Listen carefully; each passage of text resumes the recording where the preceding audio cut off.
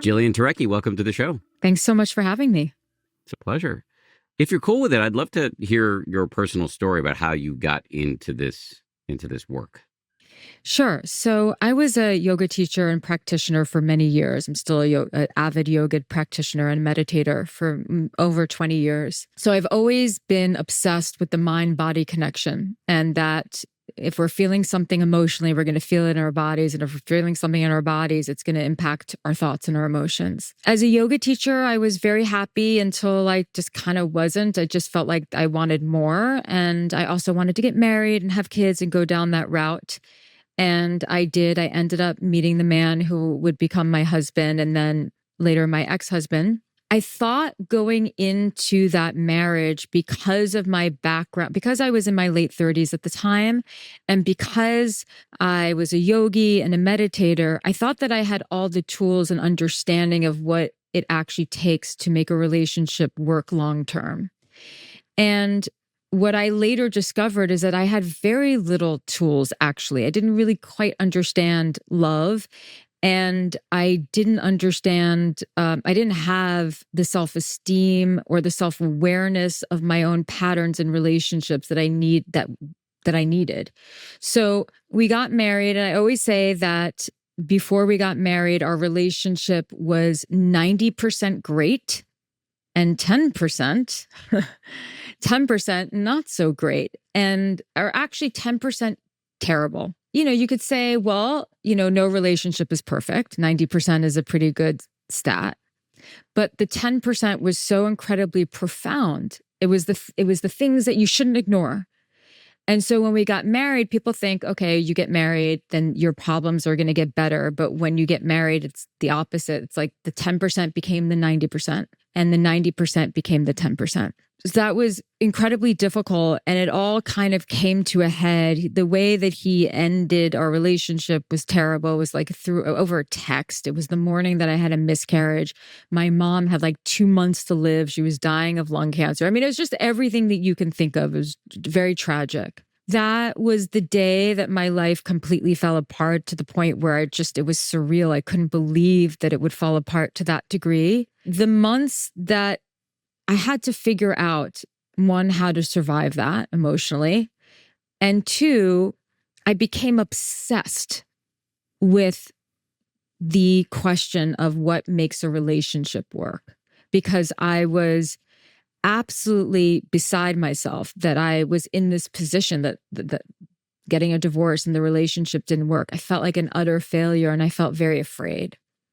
And so it became my mission to figure that out. And I did figure it out also through my own personal work and working with incredible mentors.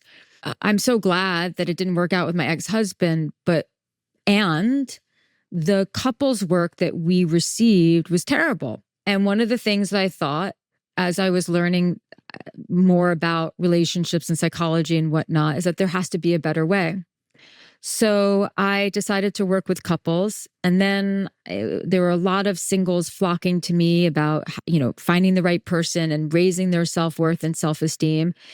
And I sacrificed everything just for my work. That's just what helped me heal. And I worked with thousands of people. I don't necessarily recommend that. It's the only thing that I did was that. A few years later, I started to think about how I had to sort of leave these profound lessons that I learned in a book. And here I am. Once you realized that the cure to your heartbreak was figuring out how to make relationships work and then helping other people make their relationships work, and then you realized that you were dedicating all of your bandwidth to that, which wasn't healthy. But was there a beat that happened between that and writing this book? In other words, did you slow down and get into a relationship with yourself? Sure. Yeah, I actually got into a couple of relationships, and they were all actually really lovely. And I also, like in the beginning, got to kind of practice sort of what it is that I'm learning. And the relationships that I got into didn't work, but they didn't work because they didn't last, I should say. And it's not because they didn't quote unquote work, but it was just more, I had a better understanding of what it is that I really wanted. And that's like why a big message of mine is, don't settle, and choosing the right partner, and how to make a relationship work, and also how to raise your self-esteem so that you can have a voice in your own relationship. So yes, my life did become more balanced, but yeah, I've just been in this pretty hefty pursuit of understanding this and then sharing that message, for sure. It has to be intimidating to be in a relationship with a relationship guru. It's so funny because as a yoga teacher, I would be put on a pedestal. Oh, you're a yoga teacher, you're a meditator, you must have all the answers.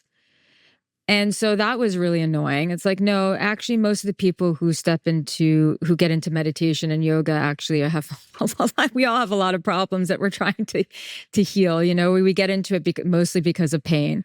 Yes, I have to be with a very self-assured man. But that being said, I don't bring this into my relationships. I wear a different hat in my relationships. Just to go back to a point you were making, or at least alluding to, and a point that you make quite explicitly in the introduction to your book, and this is something that I've wondered about aloud many times. So some of my close listeners might feel some deja vu here, but it's so interesting to me, and I think to you too, that we are intensely social animals.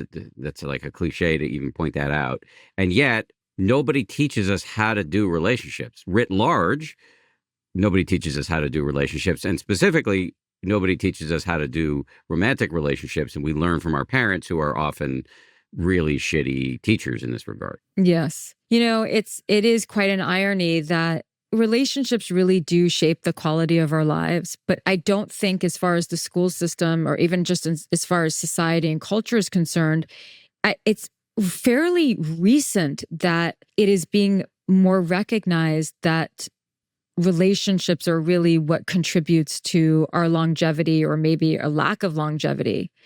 And that when we have strong friendships, strong romantic relationships, strong familial relationships, that actually, we're only now really recognizing how that impacts our physical health, that our mental health and our physical health are intricately connected.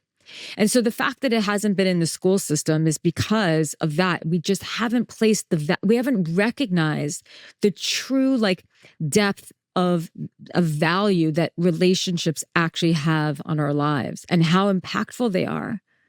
And so I'm hoping that continues to change even more, because I really believe, certainly all relationships, but especially a romantic relationship. I believe that, you could be a rock star at work, you could have all the money that you want in the bank, you could have your physical health, but if you're in a relationship and that relationship is not going well, you are going to wake up totally anxious and feeling empty inside. Do you agree? It's it's a kind of like a really exquisite form of loneliness when you're with somebody and it's not working. Yes, it is. It's a loneliness that feels it's deafening, and it's far worse than being lonely, alone. Okay, so your book goes through 9 hard truths about romantic relationships. I feel like all the truths about relationships are hard.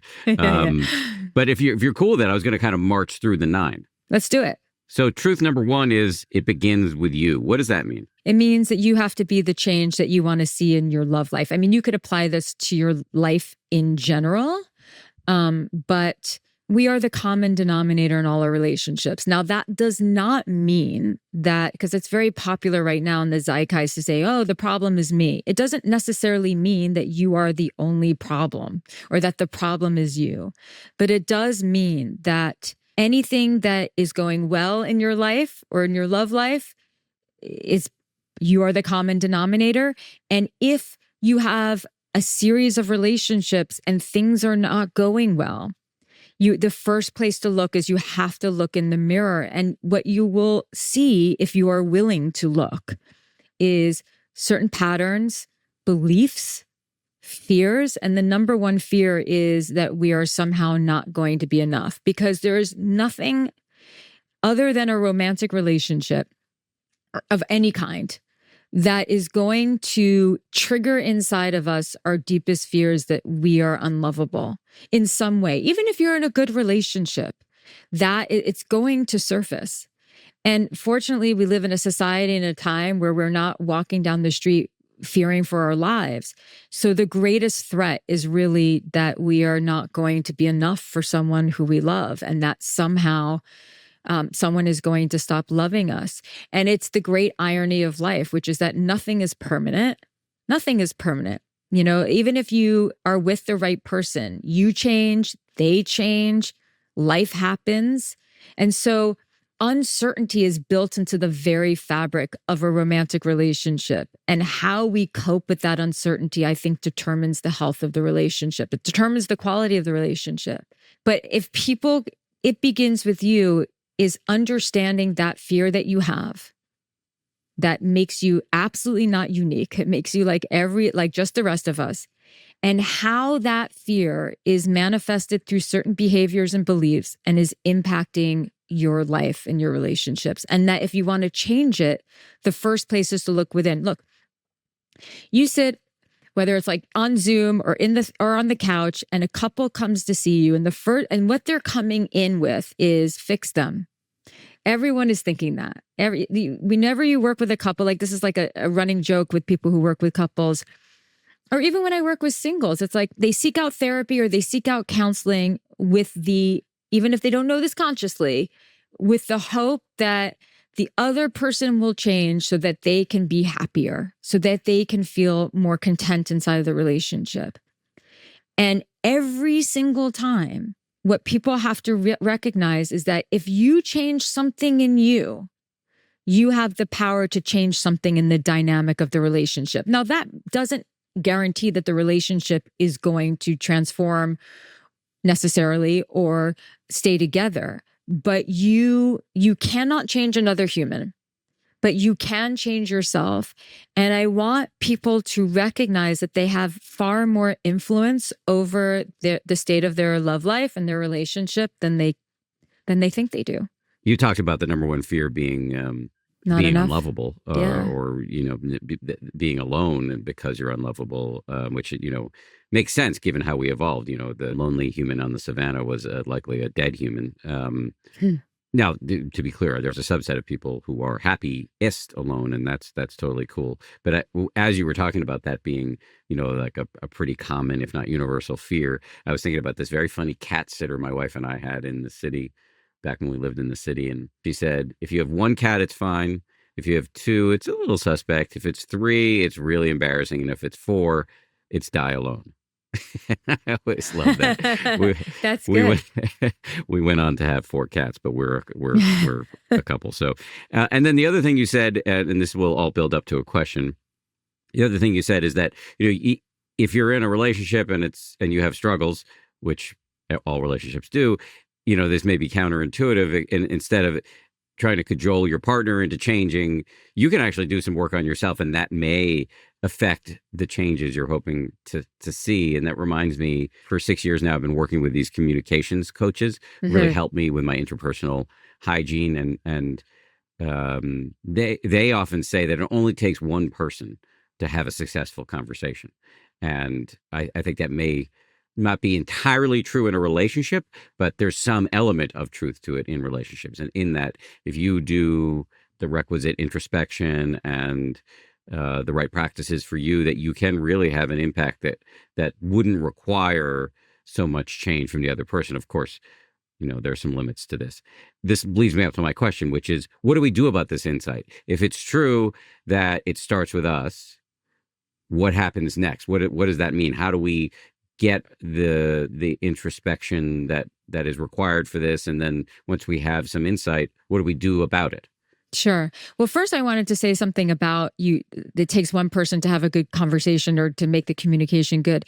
What is actually really interesting about that and true is that how you initiate a difficult conversation will impact the whole flow of the conversation. Yes. So Yes. people need the actual skills. There's a difference between saying we need to talk. The moment you tell someone we need to talk is the moment that the conversation is already gone. So I just wanted to add that because I think it's interesting. Let me just jump in on that, just because what I think about these communications coaches. They've been on the show before. I'll drop a link in the show notes for listeners, and many listeners will have heard me talk about Mudita Nisker and Dan Klerman many times before, because they've had such a big impact on me. And I think about their work. They don't describe it this way, but I think about it as teaching people how, in conversation, to avoid activating the amygdala, or the stress and fear center of somebody else's brain, and keep the prefrontal cortex, the locus of logic and reason and creativity,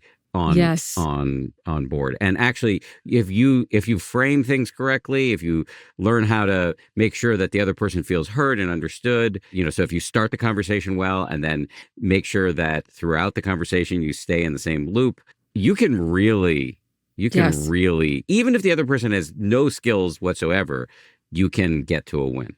Yes, absolutely. And part of getting to that win is also understanding the way that our brains work, and understanding people, and also being able to read people. That's a very big part of it. If you pay attention, you can tell when someone is actually when the amygdala is starting to fire up and whatnot. And we need to talk is going to trigger the fight or flight response in someone like that. And then they're going to want to avoid you. The question was, how do we actually put this into practice? What do we do now once we know these things? Sometimes it's as simple, and I put that in quotation marks, as just understanding that your mind is creating a lot of stories. Maybe your ego is getting in the way, and you need to take a deep breath and start to learn some skills like we were just talking about. Sometimes learning just that, those simple communication skills, so that you can speak differently to the person who you're in a relationship with, or even the person who you're starting to date, then that could be huge. For some people, it's learning how to work on their emotional states. It's learning how to find a sense of purpose and meaning in their own lives, because the fact that they don't feel connected to themselves. And what I mean by that is that they don't really know what their needs are. They don't know how to meet their needs. So this is what's in the book, is learning how to meet their own needs. It's learning to understand, to figure out what they need to do to build their self-esteem. What are some of the hard things that they need to do? What are some of the things that they've been procrastinating on? For others, it's softening their reactivity to their partner, or softening their reactivity in dating. And part of softening their reactivity is recognizing, which is the second truth, that the mind is a battlefield, and it certainly can be a battlefield, and learning how to mitigate that, and to understand that sometimes people are really good at coming up with very disempowering meanings about everything. And when you're in a relationship and you fall into the trap of, they don't love me because, or they did that, which means this and this and that, and now, they don't care about me. These are actually the things that destroy relationships. So this might mean working with a therapist, maybe not. Maybe it's going to the gym every day. Maybe it's meditating. It's building the self-awareness, and then having the courage to do it differently. I think that in a relationship, there's sort of endless opportunities to transcend our egos and to ask ourselves, is what I'm about to do loving, or is it not? Am I speaking my truth, or am I suppressing my truth? So there are many different roads to healing. But putting things into action right away is very important. You can, if communication is your thing, like you said, work with some people or buy some books and work on communication. If your self-esteem is the problem, then need to figure out how to meet your needs, how to find more meaning in life, how to do things that are difficult, maybe build community. So everyone has perhaps a different task, but I think the first step is having the awareness of, what are my patterns? How is that impacting? And what is it that I actually need? I hope that answered your question. Yeah, I mean, I think what I'm taking from that is that this is a big and kind of individual project. It starts with you, or it begins with you. There's not a one size fits all recipe for figuring your shit out when it comes to how to be effective and healthy in a relationship. There are some principles. Yes, it's individual, but it's not. There are actually some principles, and one is understanding that love is not just a feeling, but it's actually an action. It's a choice and it's a verb. Another principle is that you have to tell the truth in your relationship. If you keep avoiding the truth, what's going to build is resentment, and resentment destroys all relationships. So there are definitely certain principles that if we don't follow, it's like there's certain principles if you want to get in shape physically. There's certain things that we have to do, and everyone kind of knows that, but people don't really know that about relationships. And there are definitely certain principles, but everyone's healing journey is unique to them, for sure. You have a self-reflection practice that I like because it reminds me of that something that my executive coach often gets people to ask themselves. My executive coach is Jerry Colonna, who's also been on the show. I'll drop some links to Jerry. Yeah, he is great. You ask people to ask themselves, how am I contributing to what is not working in my love life? Jerry, in a different context, more in a work context, asks people to ask themselves, how am I complicit in the conditions I say I don't want? Yes, that's exactly it. And it's a very difficult question to ask oneself, but accountability is probably the most important thing to any relationship, including the relationship that we have with ourselves. And so we have to be able to see how we get in our own way, how we are complicit in the things that we say we do not want, how we are contributing to our own suffering. This is not, these are not questions for the people who don't want to change. These are not questions for the people who want to stay feeling like a victim in their own lives. This is literally the path to a better life and to freedom.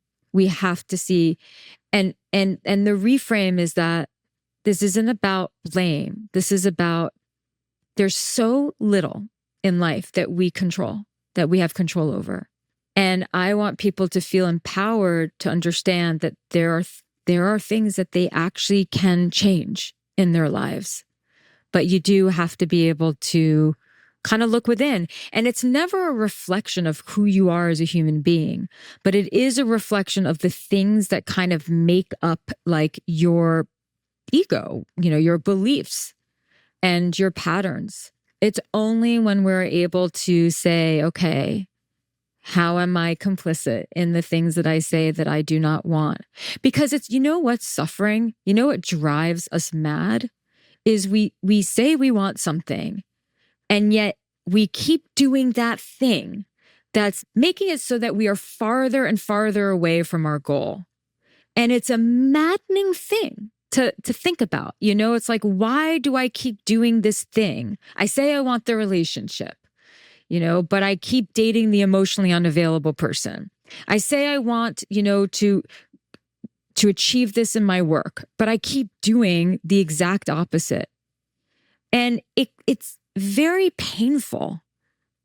And so in my book, I try to sort of reveal to people that that's sort of what they're doing, that they say they want that, but they're doing something else. Well, why might that be? Well, underneath it all, you will always find an internal conflict.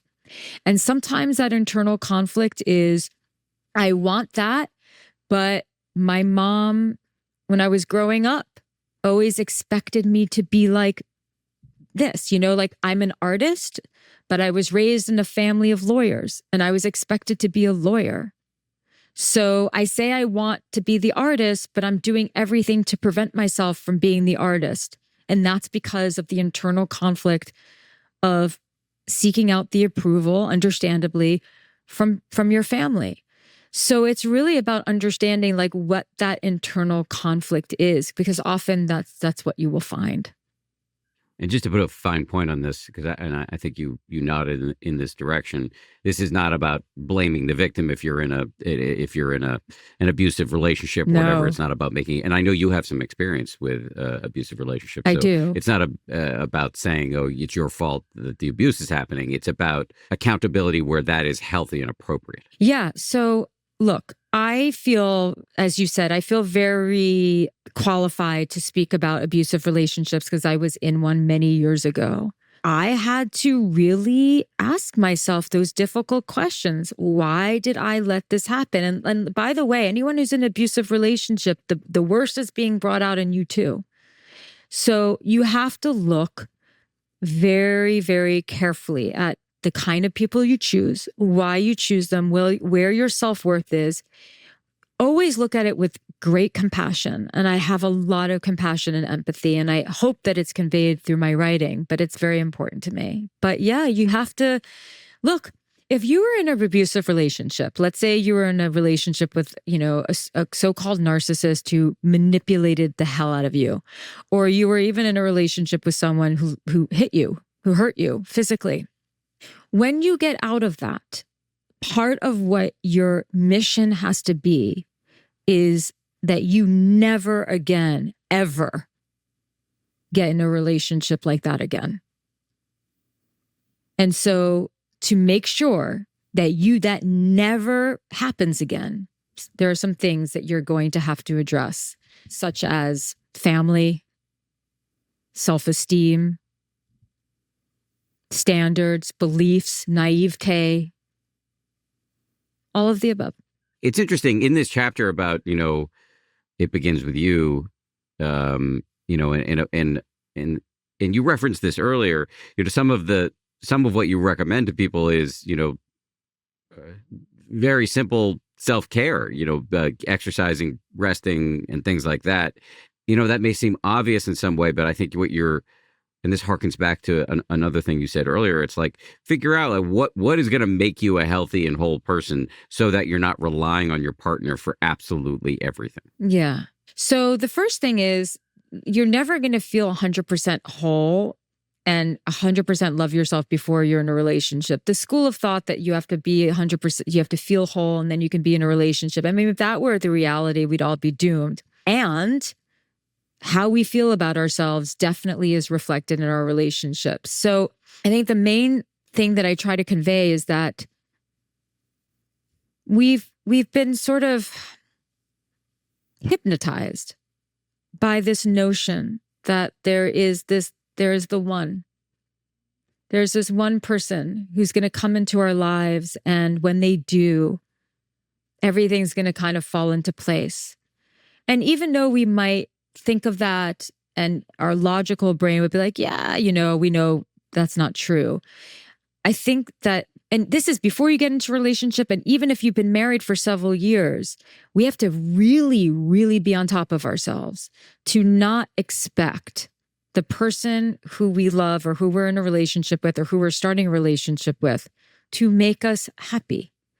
I believe that we should be adding happiness to another person's life. Why be in a relationship with anyone if you're not adding value to each other's lives and making the road that we call life easier in some way? But no one can actually fulfill you. No one outside of yourself can fulfill you. We get into relationships and we think, with this person, with the one, I'm going to be fulfilled. And it's a lie. The truth is, there are definitely people who are a much better match for you than others. But love really is an action and it is a choice. And you decide who the one will be. And over the course of a long-term relationship or a marriage, you're going to have to make that choice many, many times throughout your relationship. You have to understand that the onus is really on you to feel as whole as possible or to do the work. And that no one can actually do that for you. And I really hope that everyone chooses the person who is their greatest fan and their biggest supporter and wants to see the other person and wants to help the other person. But it's on us. And no one else can fulfill you. And this goes very deeply against the whole notion of romanticism, where we're told that with the right person, everything is just great. And that we don't really have to do anything. And that love is just a feeling that we're going to feel spontaneously when we're in the presence of this person. And when we're not feeling that love, there must be something wrong with the relationship, or it must be something wrong with them. When, yes, of course, if you're not feeling the love, maybe something is wrong with the relationship. But most of the time, it's because somehow the light is dim inside of you. And you're in a bad mood, or you're going through a hard time, and that creates the filter that covers your eyes, and then you see your relationship through that filter, when really something has to change inside of you. Let's keep going with these hard truths. Okay. Truth number 2, which you referenced before, is that the mind is a battlefield. Can you say a little bit more about that? We are story-making machines, and we are meaning-making machines. And in ancient yogic texts, there's this metaphor of the monkey mind, and that's the metaphor of the monkey swinging from branch to branch. And our minds can kind of do a lot of gymnastics. And if we do not question our mind and our thoughts often, our mind will easily convince us that the other person is bad, that we have to, because the mind is trying to keep us safe, but it's not really designed to make us happy. And so the amount of times that I've worked with people where they've created an entire story, an entire narrative about their relationship and their partner, and it builds up all this resentment. It also builds up pain and hurt. And the story is actually not true.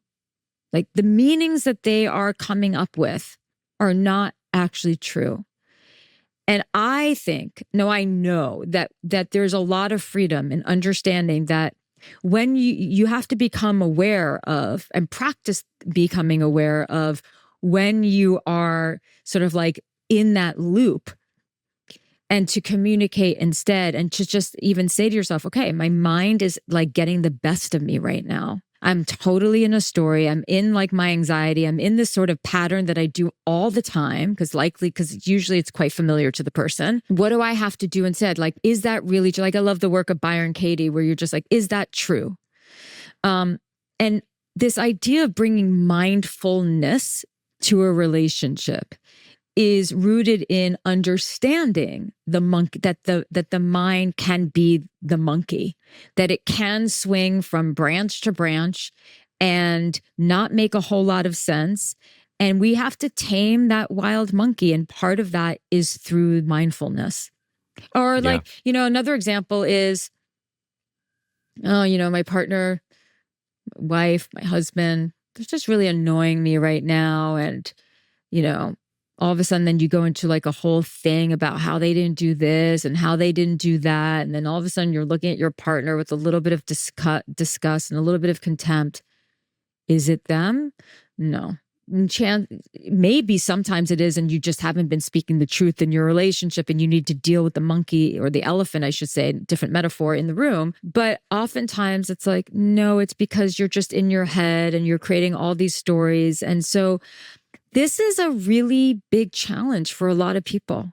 A really big, and it's in dating. Oh, they didn't call back. They must not like me, or they're seeing someone else. That thing that we do, it's neurosis, and it's it will bite you in the butt. I have plenty of experience. I have plenty of bite marks. Meditation is not just a quick fix. It is a practice to change all parts of your life, and you don't have to be perfect. You just have to show up. The Happier Meditation app meets you where you are, so you can realize more than you thought possible with a flexible approach that grows with you and wisdom from some of the world's most insightful teachers. Happier helps you get more out of meditation so you can give more to every part of your life. Go to happierapp.com and start meditating in a way that truly fits you. the opening line of my first book was the voice in my head is an asshole, and Yeah, so there you go. it really it's the monkey is real. So you mentioned mindfulness meditation. What are some other ways that we can learn how to tame the monkey mind? So number one is practice becoming aware of when it's happening. So most of awareness is really just taking what is unconscious and bringing it into conscious awareness. So you have the awareness that this happens. So starting to get, when you practice it, you get better at catching yourself mid-story, mid-thought. You take a deep breath and you think, do I need to have a conversation with this person? Do I need a glass of water? Do I need to go for a walk? Do I need to change something in my physical state so that I can think more clearly? Do I need rest? So these are some of the things that we can do, but oftentimes it's communication. And a great way to start a conversation about this is, look, I'm having all these thoughts and I realize my mind is getting the best of me. Here's some of the things that I've been thinking, and I really don't want to think these thoughts anymore. And I just want to kind of get it all out on the table. Can we talk about it? And then you can say, I realize that this is probably me. I realize that, like,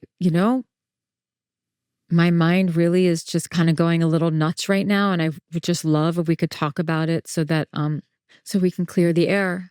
Brene Brown, who I'm a big fan of, has this little hack, speaking of communications, that you can often start a conversation by saying, the story I'm telling myself is ...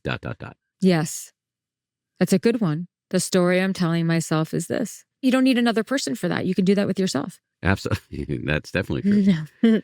Other things you recommend, just that I just want to point out, you do recommend throughout the book a lot of exercise and movement. And I actually just want to +1 that, because I do think that, and there's evidence to suggest this, that it can really relax your nervous system and help turn down the volume on discursive thought. And then another thing you recommend is to call trusted counsel. It kind of goes to a point that previous guests have made on the show, which is that if you look to your romantic partner as the be all end all, the only real relationship you have, that you're likely to suffer because you're putting too much weight and pressure on the relationship. And so if you have friends and advisors, they can give you advice and context and perspective on your relationship. And again, it takes some of the pressure off of that, your person being the only person and everything. Yeah, your partner can't be your only confidant. I had an interesting conversation with someone recently, which is that, and she's in a really good marriage, a great marriage. And they are, very transparent with each other and their greatest fans and whatnot. But she said something which I wholeheartedly agree with. She said, he doesn't need to know everything that goes on in my head. Yes. Because first of all, that's not really good for a couple's sex life. And I want to say something here because this is important. I believe in having, so much of my message is having the hard conversations. And the worst piece of advice, relationship advice I ever got was from a therapist. And that was when I was going through, there was the first miscarriage when I was married. Basically, there was no heartbeat. And they told me that, and they had to schedule a D&C to basically abort the fetus that was no longer living. I remember this was one of the hugest red flags that I was obviously very upset, and I really wanted my husband's support and solace in that moment. I didn't want anyone else's. I want his. And her advice was, this is a scenario where you should be going to your sisters or to your mother or to your friends. And I, to this day, and this was I don't even know how many years ago this was. This was like maybe 12 years ago. It's a long time ago. To this day, I always say that's the worst piece of advice I've ever received on relationships ever, because you have to be able to talk to your partner about really difficult things. And to our point just a few minutes ago, everything that's bothering you, everything that's ailing you, every obstacle or mental thing that you're trying to overcome, don't have that be your partner's responsibility to solve, and you don't have to tell them everything that's going on in your mind because, and this is where it gets, very nuanced and difficult to kind of pinpoint, but there has to be a little bit of mystery, just a little bit. And it's so hard. It's because curiosity about your partner, I wonder what they're thinking right now. Not the constant, I wonder what they're thinking because they're so shut down from me, but just a little bit of curiosity and like, I wonder, and just not knowing the contents of their brain every 5 seconds is what keeps chemistry sort of brewing. And so to your point, yes, speak to trusted counsel. And even though your partner can be trusted counsel with certain things and should be, I think you should be able to, it's important to, like, when you're kind of trying to clean up some of the messiness in your head, that you don't bring that to your relationship all 24/7. Well said. Truth number 3 is lust is not the same thing as love. Say more. Well, we think that that's obvious, but I wouldn't have a business if it were really that obvious to people because it's just not. When we first meet someone and we're really attracted to them and we're feeling all these things, and it's like the first couple of months and you're just so excited and everything is perfect about it. And you think, I just love this person. I'm falling in love with this person. No, that's lust. When you think that this person is perfect, your connection is perfect, you're getting all excited. And I don't want to rain on anyone's parade. That enthusiasm that we experience when we first are interested in someone is one of the great delights of being a human being, our fleeting experience on this earth. But they are simply the stimulus that is triggering inside of you something that actually resides inside of you already, which is aliveness. And when you feel that aliveness and that novelty, it's a wonderful feeling, but that's lust. And so a lot of people will rush into playing house with someone who they barely know because because they haven't learned how to process their enthusiasm, which I will get to in a moment. They get so excited. So it's like, oh, let's spend every day together. Let's have sleepovers. Let's do this. And my reminder to people is, you know what? You're in lust, not love. That connection that you feel is actually sexual attraction. And that true connection is made up, I should say, of emotional safety and respect and trust. And that connection, which really serves as a foundation, that takes time to build. And so when you're busy playing house with this stranger and you're in la la land, great, but recognize that is not actually love. They're still a stranger. You could find out in a couple of months that they are actually terrible for you. And so you have to slow down and enjoy the lust, but see it for what it is. And what we do is we get into teenage mode and we project when we're in heavy lust. And some people have a pattern of getting so entrenched in the lust that they do not know how to see things clearly. They can't see things clearly because we can't when we're in lust. But they'll get themselves very entrenched in this person, very attached very quickly. And I just want people to slow down because when that happens, what we're doing is unconsciously, we're projecting our 15-year-old, 14-year-old's fantasy onto this person. And we put them on a pedestal and we idealize them. And then as soon as things get real, so when we transition out of the limerence stage of a relationship, the newness and the novelty, and then we're transitioning into the more comfortable stage of a relationship, moving towards commitment, then we're like, oh, this person is not as perfect as I thought they were. This person is just as fucked up as I am. Or this person has just as many flaws as I do. And then the person who does not have the awareness and the maturity to realize that there's lust and there's love, that person will be like, I guess they're not for me. Or they'll be crushed by the weight of their expectations on their shoulders. And so you have to know that there is a difference between love and lust to really just so that you can save your own ass in relationships, honestly.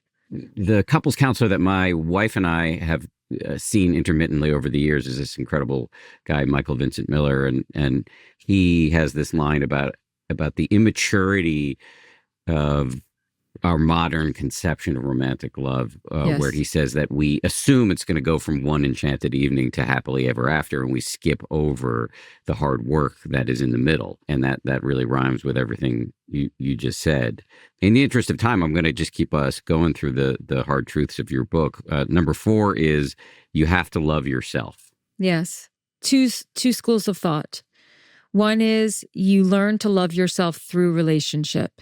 The other school of thought is you have to love yourself and feel totally whole, and then you're ready for a relationship. I think it's somewhere in the middle. One is, yes, we are social animals, and we get our sense of self through our relationships with others. We can't really know who we are if we're not in relationship of all relationships with others, because everyone's holding up a mirror. So we don't really get a sense of self. And also, it's quite impactful for a person's self-esteem in a good way when they're in a relationship and they're doing the work. That's actually really good for a person's self-esteem because it gives you a sense of accomplishment and it gives you a sense of validation. And we also, when someone loves us selflessly, it's a beautiful thing. When love is to see something in someone that they perhaps don't see in themselves. And that's a very real thing. And the way you feel about yourself is going to be reflected in your relationships. If you're in a marriage and you're feeling terrible about yourself, you could easily sabotage the relationship. You could make it so that it's impossible for you to receive love from your partner. You could be showing up in a bad mood all the time, making it just you impossible to live with. And then there are the people, and these are many of the people who I've worked with, whose standards are so low. Your self-esteem matters. Your self-esteem is very relevant to the quality of your love life. If you can't hold yourself in high regard, in spite of the fact that there are going to be parts of yourself that you feel ambivalent towards, then you are going to be in relationships with people who don't treat you well or who don't have their shit together at all, even though you totally have your shit together and you think maybe, I'm not worth being with someone or having someone love me. So self-love, sort of a nuanced topic. The way that I like to think about it and the way that I describe in the book is really self-acceptance. I do believe that the road to true self-acceptance is lifelong, but learning how to hold yourself in high regard in spite of the fact that, again, there are things that you're not going to totally love about yourself. You have to know that you are worth being loved. And there are millions of people who don't know that. And so I tried to convey in the book how to actually love yourself more and to see yourself as more worthy and to see your value. And one of the things that I talk about is, yes, you can look in the mirror and tell yourself that you love yourself, which, by the way, can be a very powerful practice for some people. For some people, it doesn't land. It just doesn't work. For other people, it lands really well. For some people, affirmations work really well. For others, not. If you think about children and what builds the self-esteem of a child, the first time that a child goes potty on their own, that's like a sense that builds their self-esteem, that gives them a sense of accomplishment and autonomy. The first time I grew up in New York City, so it's like the first time I got on the public bus or I got on the subway, without having my mom to be there, that gave me a sense of self-esteem. It's the same thing as adults. We have to challenge ourselves to do things that are hard in order to feel better about ourselves. Yeah, that makes sense. And I don't think it's intuitive to a lot of people because self-love can seem so gauzy or Yes.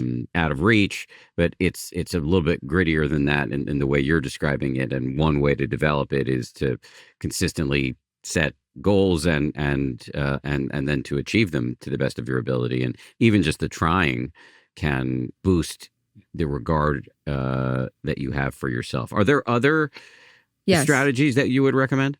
The first sentence of your first book was, can you remind me again? The voice in my head is an asshole. So that's it. The voice in your head is most likely a big asshole. One of the biggest things that I did to help myself is noticing the way that I talk to myself, and then making a conscious effort when I'm starting to say really shitty things to myself to be like, no, I am not doing that today. I am not going to talk to myself like that today. One thing that's really helpful, some people might think this is kind of narcissistic, but I think that this has been very impactful for me and many people I've worked with and many people I've talked about this, is sometimes just having a photo of yourself as a child is really impactful, and just looking at that photo and trying to throw that photo some love and compassion, and because we can dissociate so easily from that child. And so being able to see that child is still inside of you, and can you speak to that child with more respect? So the way that you talk to yourself matters. The way that you talk to yourself about your partner or about your mom or about your dad or about your friends matters. So the voice in our head really matters, and it can definitely be an asshole.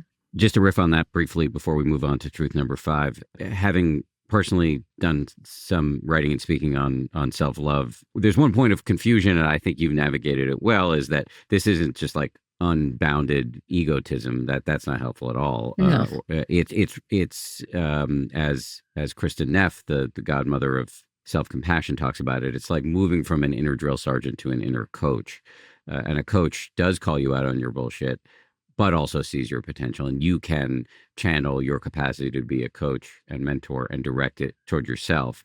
And just on the thing about the image of yourself as a child, in Buddhism, there's this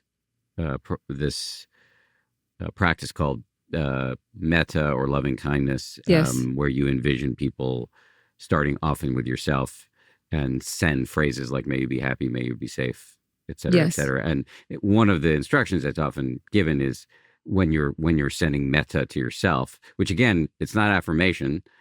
It's more like, basic goodwill and Yes. friendliness, which I think is meaningfully different from like, you're the best. May you be healthy, may you be happy, may you be protected and safe, and may you live with ease. You can, many teachers will instruct people to bring to mind a picture of yourself as a kid, because that often directing any sort of benevolence toward ourselves is so hard that one way to do it is to imagine yourself as a kid. So I just wanted to say that for anybody who had a reaction to your idea of having a picture of yourself around. Yeah, I think that's helpful.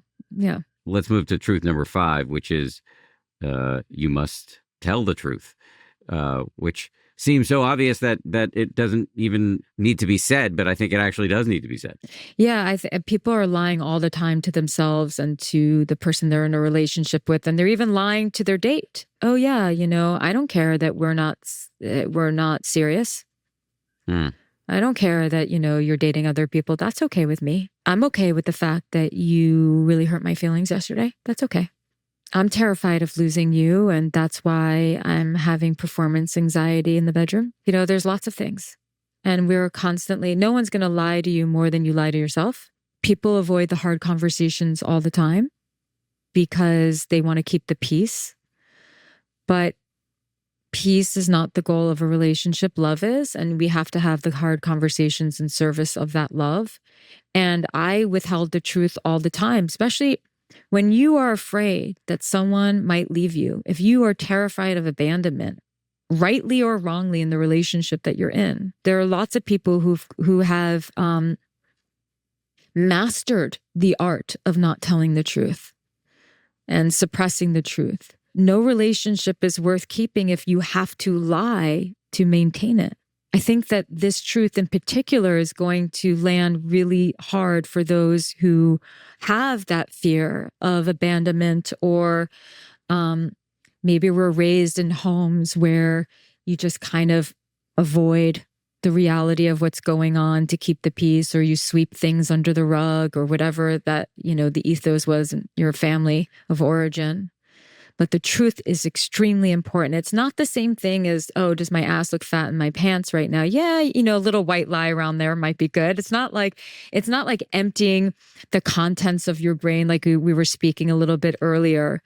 But it's about removing the elephant in the room, and it's about saying when something really hurts you.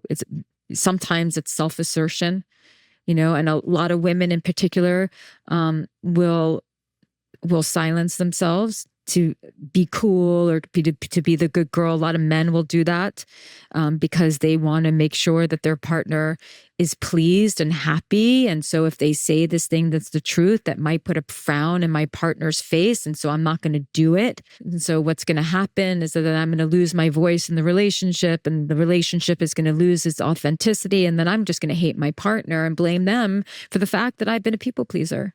So there's so many things that can go wrong with not telling the truth. And it is scary. And it can be particularly frightening as hell for certain people.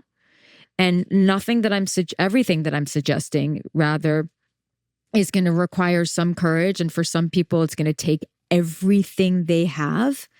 But it is going to transform whatever the situation is. And certainly by lying to ourselves or lying to the others. I mean, even people who are dating, it's just like, yeah, I can have sex with you and not get attached, or right, whatever it is. So telling the truth and having the courage to tell the truth is everything. Truth number 6 is you need to be your best self even after the honeymoon. Yeah, we tend to be the ambassador of ourselves in the beginning of a relationship. Mm-hmm. And then what happens is, we get comfortable. And with that comfort, we sometimes stop taking care of ourselves. We take each other for granted. It's sort of the law of familiarity. If you want a great relationship, then you have to do a lot of the things, continue to do a lot of the things that you did in the beginning of the relationship. Then your relationship won't suffer. It's kind of not so, it's not so easy, but it's quite simple. I don't know if this resonates with you, Dan, but for me, I can think of lots of times where it's like, oh, I'm not really being that person that I was. I'm not look, life can be hard. We're human beings. You don't have to be some saint in your relationship. And you deserve to have bad days. And for the person who claims to love you through those bad days. And you don't have to always be perfect. God knows that would just be a recipe for disaster. But that effort that we put in the beginning, that effort still, it has to continue. We have to at least attempt to bring more of our higher self to the relationship. And maybe that is telling the truth. Maybe that is just the mindfulness. Maybe that's taking care of our bodies, in such a way that we are, it's like, hey, I care about myself and I care that you care about how I look, so I'm going to take care of myself. It's these things, but more than anything else, it's not treating your partner as though they would never leave you. Yeah. Number 7 is that you cannot convince somebody to love you. No, you can't. It's a law of the land. You can't convince someone to choose you. If you are, a lot of people, they'll meet someone and they want to get chosen by that person. And what they do is that they abandon themselves. They sort of become whoever they think the other person wants. And that in its own way is trying to convince someone to love you. There's also someone wants out of the relationship. They have made the decision. They want out. You trying to convince them to stay is never going to work. It holds a person hostage emotionally, and then you imprison yourself in a hell that you don't want to be in, which is your relationship. It's what your relationship becomes when you know that you had to convince someone to stay with you. And so this is a very hard truth. It corresponds with surrender and letting go. And that love truly is a choice. And so you can't convince someone of a choice that they don't want to make. I'm zipping through the remaining truths, That's in okay. part because number 9 is the one I actually really want to hear I know. much more I about. knew it would be. um, Number 8 is nobody's coming to save you. There are a lot of films, let's say there's a male protagonist and he's depressed and he has no purpose in life. And then this woman comes into his life and awakens that dormant beast inside of him that, knows what he wants and has purpose. And they think, this person is the reason why I feel alive. They were the stimulus, but they're also going to, when you get to know them, they're going to fart, they're going to pick their nose, they're going to poop, they're going to do all these things. And then all of a sudden you're going to be like, where is this person? The onus is on you. Or lots of women waiting for their knight in shining armor, whether that's in the form of a man or a woman. They're looking for someone, for love to save them. And so many of the people I worked with, it's like, no, actually, make your own money. Find safety in your body first. Learn how to meet your needs. And then you can be in a relationship that, as Eric Fromm refers to, where you need someone because you love them. You don't love them because you need them. Yeah. Become self-sufficient. All right. This strikes me as a biggie. Yes, it is. It's a huge one. The truth number 9, and I didn't see this coming, but I think it's really interesting, is you must make peace with your parents. So there's a disclaimer in there. If you were molested, if you were severely abused, I don't believe that you need to make peace with your parents.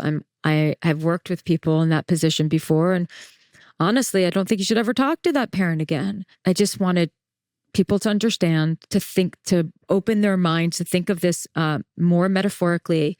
You could make peace with your parent and make peace with your parents, and they could be dead, not living. You can make peace with one or both of your parents and you have a great relationship with them, and making peace with them means that they no longer they no longer are the chief of your belief system. You're able to have your own beliefs, your own path in life. You're becoming the artist when you thought that all they wanted from you was to become the lawyer. You could have a terrible relationship, a very troubled relationship, I should say, with a parent, and make peace with them, even though you continue to keep them at arm's length. That was very much my story. Much of my life has been controlled by this narrative that I've had of with my father, who was, had bipolar, psychiatrist, diagnosed narcissist. And I was very afraid of him for most of my life. He never laid a hand on me, but his energy was very dark and I was very sensitive, and I felt that. And when I was 21 years old, I decided, this is right when I graduated college, I made a very, very life-changing, life-altering decision. I decided to never answer his calls again. So I ghosted him. I don't know if you're familiar with that terminology, Dan, but I am. Okay. So I ghosted him. And in the beginning, it felt like a relief to just not have to pick up the phone, because I didn't know how to be around him. I didn't know how to stand up for myself. I was scared of him. As the years passed, it started to become more obvious to me that estrangement was not the solution in my case. It was actually, I could deny, I can avoid the monster and I could deny the monster, but that means it only gets bigger inside of me. Mm-hmm. I start the chapter with saying that your relationship with your parents is going to show up in your adult romantic relationships. And that's not necessarily all entirely bad, but it can be quite troubling. I was in few really beautiful, loving relationships that did not in any way highlight my troubled relationship with my father. Why is that? I don't know, whoever can figure that out will get the Nobel Peace Prize. But the reality is because no one really truly has all the answers. And why I was able to be in lovely relationships. And then after in my 30s, my relationships started to really signify, my relationship or manifest in such a way that all my stuff with my father started to show up. I think there's a lot that goes into it. It's context, it's age, it's where you are in life. It started to dawn on me like maybe there's some daddy issues here. By my avoiding him didn't make those issues go away. And so I had to really learn how to be in relationship with him, even if it's in my own nervous system, differently. And that has been the biggest obstacle, spiritual journey of my life. And so I felt that that I absolutely had to write about it. So it didn't mean that you went back and started having long dialogues with him. It was more, I imagine, like you were having long dialogues with your confidants and shrinks, et cetera, et cetera. A little bit. No. Yeah. Therapy did not help me with this.